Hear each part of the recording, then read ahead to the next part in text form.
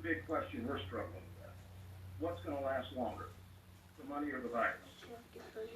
Will we be back at work with paychecks when the unemployment payments end? And if not, how big is that gap going to be?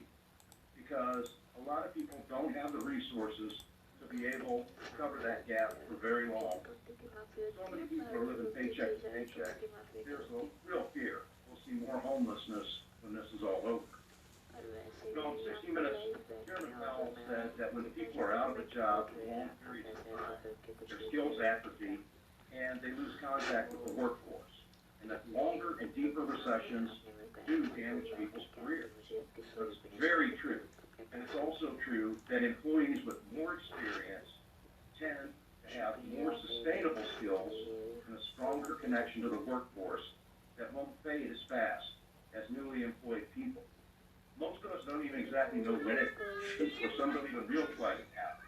But at some point in almost everyone's life, your job becomes a part of your identity. We use it when we describe or introduce ourselves to others. And the career damage is going to be more severe and longer lasting for those who haven't formed that bond yet. We all have safety nets in life. We have families, friends, there's government programs, there's even charities to fall back on. But a lot of the people that we're talking about here have used up all of those resources previous to being employed. I'm also really concerned with what it's going to take to get back to work. For labor to keep high demand, the wages were headed in the right direction. Prior to the crisis, employers across the country in every sector were saying the same thing. I can't find qualified workers. And then this hit. And again, it is across the country and in pretty much every sector where people are losing their jobs. And so how far do we have to get back to the point where we're seeing people who weren't first choice getting employment? And what's it going to look like for workers when they're on the other side? We all understand that companies want to restart and produce things. And we all know that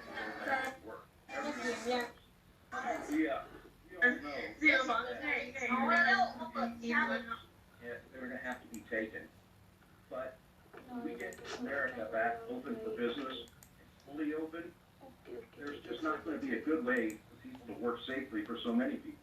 Manufacturing and assembly lines a lot of times take two people in a very close proximity to be able to complete a task. There's just not really going to be a good way to try to separate them. And the meat processing plants are basically assembly lines in reverse. People are working very closely, and they have got no choice but to be there. Thank you. Thank you, Duke.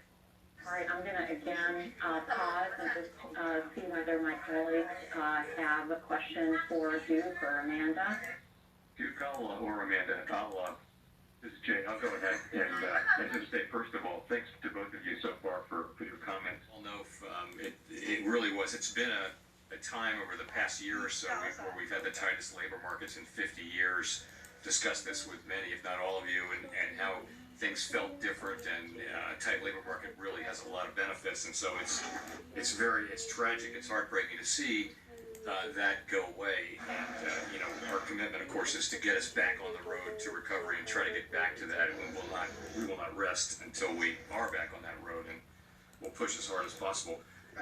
I was interested to hear you say, Duke, that the relief from unemployment insurance and the checks is getting through. That's good to hear. I'd love to hear if others feel the same way. And the other thing is, are people beginning to see go back to? Is there any sense of going back to work yet in your community or others? Do you start to feel people going back into the workplace now, or is it still too early for that? And how are people thinking about that? I could take a stab at that if you don't mind. So under the Defense Production Act, the meat processing plants I just talked about were classified as essential infrastructure that have to remain open. And so the people there faced a decision that they needed to return to work or stay at home with probably very little or no income. very tough decision. And it became even more difficult for people who lived with somebody who was a high-risk family member. So many of the people, so many of the people that I know, they view their parents and grandparents as fragile family treasures, and they've been very, very protective of them, keeping them sheltered in place. And it makes it tough if you're going there and you're working a shift. And I can tell you, personally, I provided care and transportation for my brother when he was battling cancer. And there is no way I would have taken him to chemo after doing a shift right beside somebody who we now know, in fact, did test positive for it at one of these facilities.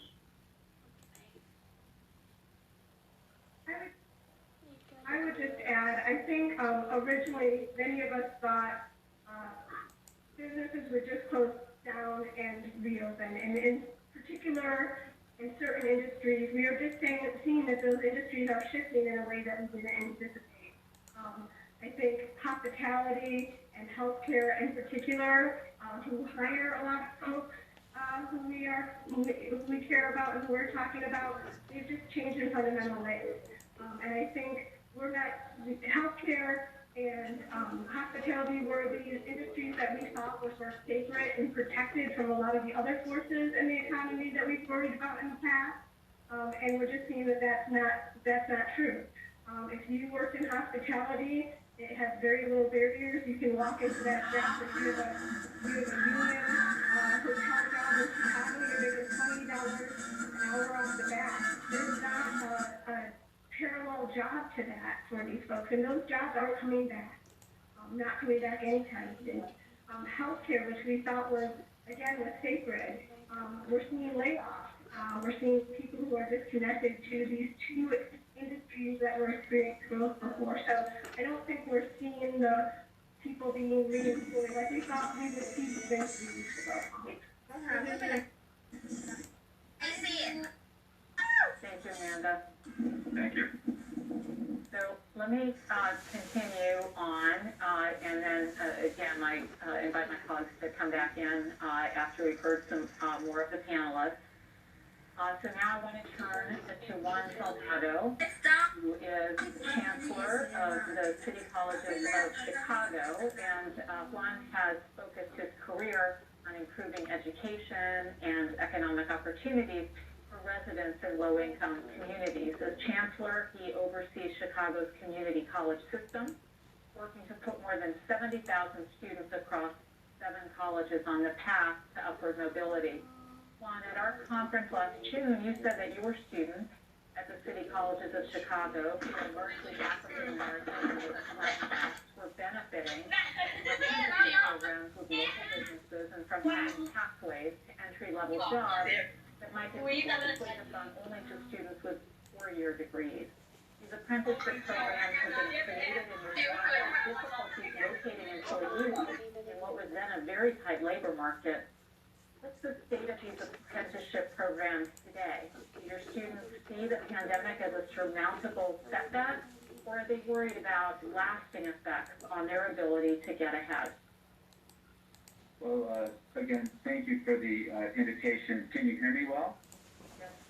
Very good. I think I want to start by speaking about our students overall. When you think about our students overall, they are students that are in the low-wage labor market. They are working to upskill to get better opportunities, and this has been devastating to the large number of students that we have in our system. They are feeling the impacts in very formidable ways. But when it comes to the apprenticeship initiative, I do want to give a little bit of hope here, right? Because the reality is that we have not seen our employers fold. Okay? We, in fact, had an employer just the other day took 4 of 5 apprentices as full-time employees and re-upped the double the number of apprentices they were doing before. Now, the apprentice program is still very small, but I do want to say that for those students that became apprentices, they have a different and privileged place in society in relationship maybe to all the people around them, and that is that they're working from home. They still have jobs. They have an employer that's supportive of them, like you and I and all of us on this phone call have. When you think about what's happening to keep in mind that only 1 in 5 African Americans can work from home. Only 1 in 6 Latinos can work from home. And so, what we have done in the past with apprenticeship, is creating a circumstance where that is going to be life-changing for these students, right? If they can keep that employer attachment, and so far they have been, right? Because of the value they're providing to the company and the value that the companies provide, and the workplace flexibility that exists in these particular industries. And of course, these were higher growth industries that are still fairly stable. And so what I want to say is that we should be looking to the things that were working before the pandemic as strategies that we need to be going to doubling, tripling down on to get out of the pandemic, to make sure that equity is taken into account. And one of taken into account is at the forefront of how we respond to the pandemic. This is an opportunity for us to dream of and then realize never again to have double-digit unemployment in one community in the same city where you have single-digit employment just a few miles away, just a few miles away. To have a nation with that kind of disparity. And so how do we design our solutions to ensure that that in fact is what occurs? And I think that apprenticeship, learning is a key component. And I think that the attachment and the sustainability so far of that strategy is bearing out that we ought to continue in that road. Thank you very much, Juan. So let me pause for a second, see if we have any questions. Can you, with classes and enrollment, are you struggling with remote learning and tuition and all those sorts of things? And how are you thinking about the fall? Sure, I appreciate you asking us that. We actually had a very successful transition to remote learning, but we're prepared for it in many respects. Learning management systems, employees that were trained already on Zoom, that were utilizing this kind of technology, and to some degree students that were as well. I think that our pain points relate more to our students' pain points as it relates to the fall itself. One of the things that for any